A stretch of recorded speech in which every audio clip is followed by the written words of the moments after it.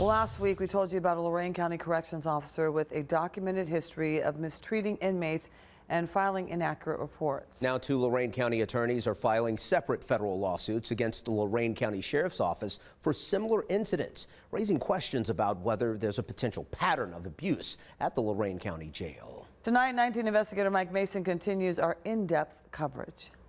In his lawsuit, Franklin Ward claims Lorain corrections officers beat him so severely that he suffered permanent injuries. The sheriff's office investigated the incident and cleared the officers of any wrongdoing.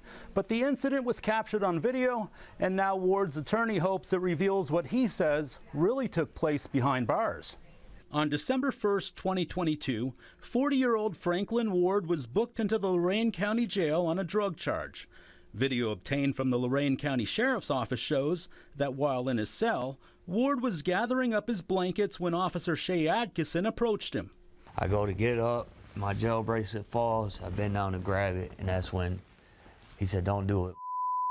That was his exact words. According to LCSO, when Ward bent down, he dropped what appeared to be a baggie full of suspected drugs. Adkison reported it to be the size and shape of a golf ball.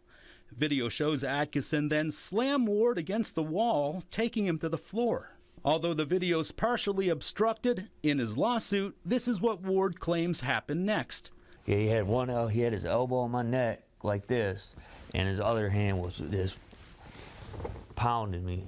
In Adkison's incident report, he claims he struck Ward once in the back. Video then shows Officer Lowry rushing in. Lowry reported Ward refused to be handcuffed, so he delivered 2 hammer-fisted stunning techniques to Ward's cheek area. When it was all over, Ward would be lying face down on the concrete floor, apparently unconscious. Ward's lawsuit claims he suffered severe injuries resulting in permanent damage. He describes his claims. I got stitches in my head. From the beating? From the head injury, yes. And neck brace, a back brace. After the incident, video shows Ward appears limp as officers pick him up. He's placed in a restraint chair, tied up, and then checked by medics. What do you remember next? Waking up in the hospital with tubes in my throat and catheter tubes everywhere. It was unreal. Afterwards, these photos are taken to document Ward's injuries. He was then sent to Elyria Medical Center. This video shot 5 days later shows Ward still recovering. He'd be there for a total of 11 days. And then to add insult to injury, once he was returned to the county jail after he's released from the hospital, they put him in isolation for 60 days. Last month, Ward's attorney, Brett Murner, filed a federal lawsuit against LCSO and the officers involved. He says they used excessive force that was unprovoked.